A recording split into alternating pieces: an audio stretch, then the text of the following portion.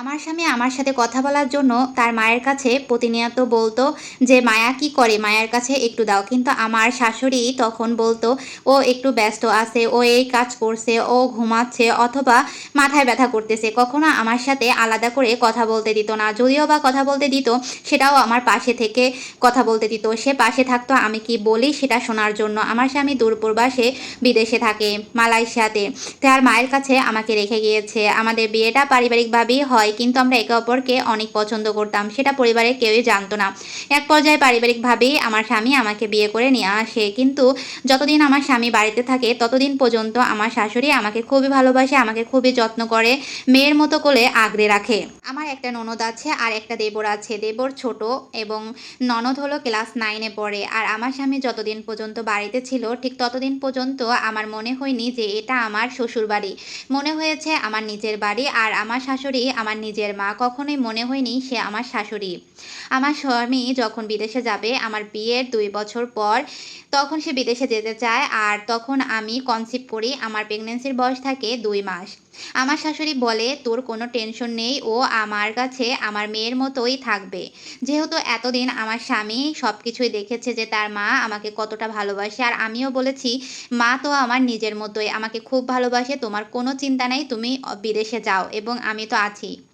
আমার স্বামী ঠিক সেই ভরসায় সে চলে যায় এবং দেশে আসবে আরও 5 বছর পরে। কিন্তু বিদেশে যাওয়ার 6 মাস পর থেকে আমার শাশুড়ি আমার উপরে নির্মমভাবে অত্যাচার করা শুরু করে। আমি তখন 6 মাসের প্রেগনেন্ট। আমি তখন বাড়ির সমস্ত কাজ করতে পারতাম না। আর এছাড়া আমার স্বামী যখন বাড়িতে ছিল তখন আমি টুকটাক অনেক কাজই করতাম এবং ধরতে গেলে বাড়ির সব কিছুই করতাম, রান্নাবান্না। কারণ আমি তখন সুস্থ ছিলাম আর আমার শাশুড়ির জন্যই আমি করতাম। কখন আমার শাশুড়ি বলত, "তোমার এত কিছু করতে হবে না।" কিন্তু তারপরও আমি করতাম। কিন্তু এখন তারা কিছুই করে না। মনে হয় আমি কাজের মেয়ে। আর আমার ফোনটা নষ্ট হয়ে যায়নি। আমার ফোনটা আমার ননদ ইচ্ছে করে পানিতে ফেলে দেয় আর বলে, "ভাবির হাত থেকে পানিতে পড়ে ভাইয়া ভাবির ফোনটা নষ্ট হয়ে গিয়েছে। ভাবি একটা নতুন ফোন কিনতে হবে।" কিন্তু আমাকে বলে, "তুই বল ফোন যাতে তোকে না কিনে দেয়।" আমি একথা বলি কারণ তাদের অত্যাচারের ভয়ে। আমার স্বামী বলে, "ঠিক আছে, আমি তোমাকে এমনিতেই সামনের মাসে ফোন কিনে দিব।" এভাবে আমার দিন চলতে থাকে। এই 2টা মাস আমি আমার শাশুড়ির ফোন থেকেই কথা বলি। কিন্তু আমার শাশুড়ি আমার সাথে অনেক খারাপ আচরণ করে। আর তার ছেলে থাকতে এভাবে ভালো আচরণ করত। আর যখন ছেলে চলে গেল তখন এত খারাপ আচরণ করত যেটা আমার খুবই কষ্ট লাগতো। আমি মনে, মনে ভাবতাম কেন তার এই রকমের ব্যবহার? কেন 2 রকমের ব্যবহার? ছেলের সামনে একরকম আর ছেলের পিছনে আরেক রকম।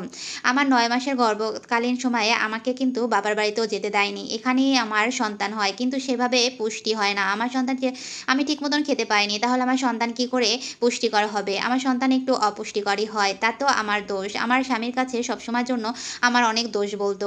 বলতো আমার অনেক চাহিদা, তুই চলে যাওয়ার পর বৌমা আর আগের মতো নেই।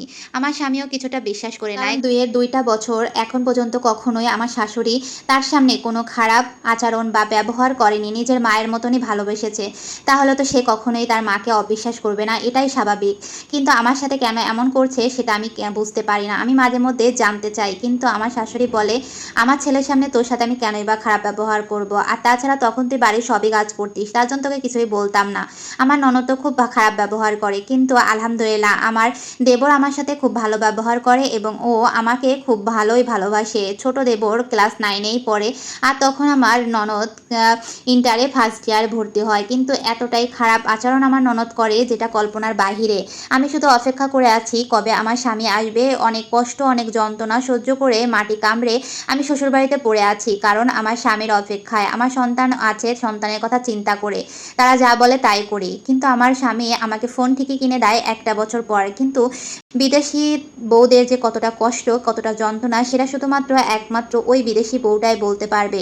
ছেলের সামনে শাশুড়িদের এক রকমের আচরণ থাকে আর ছেলে চলে গেলে আরেক রকমের আচরণ থাকে। শাশুড়িরাও ভুলে যায় যে তারাও একটা সময় বৌমা ছিল। আর বাড়িতে কোনো বৌমা না যে কাজের লোক আনে। অনেক শাশুড়ি এমনটাই ভাবে যে বাড়িতে বউ এসেছে যখন বাড়ির সমস্ত কাজ বৌমা করবে, একদিন রেস্ট নিতে পারবে। ননদরাও ভুলে যায় তারাও শ্বশুরবাড়ি যাবে।